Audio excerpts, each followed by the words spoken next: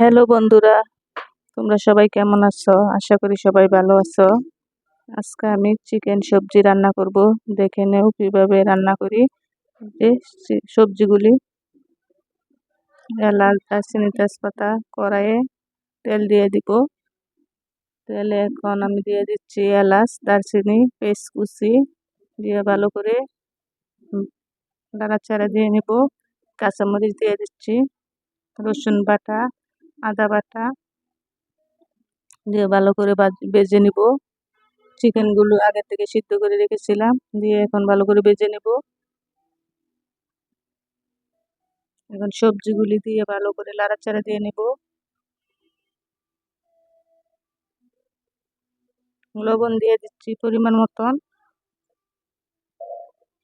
দিয়ে ভালো করে একটু ভেজে নেব।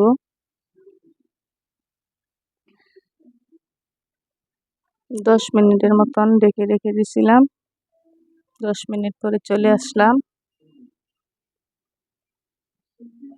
ক্যাপসিকাম দিয়ে দিচ্ছি, দিয়ে ভালো করে নাড়াচাড়া দিয়ে নিচ্ছি।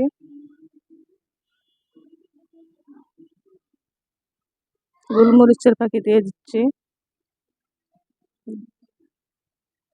কর্নফ্লাওয়ার দিয়ে দিচ্ছি,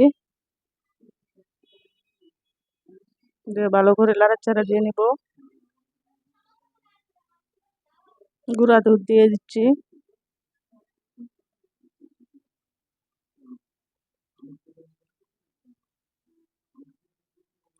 পরিমাণ মতন চিনি দিয়ে দিচ্ছি, ঘি দিয়ে দিচ্ছি।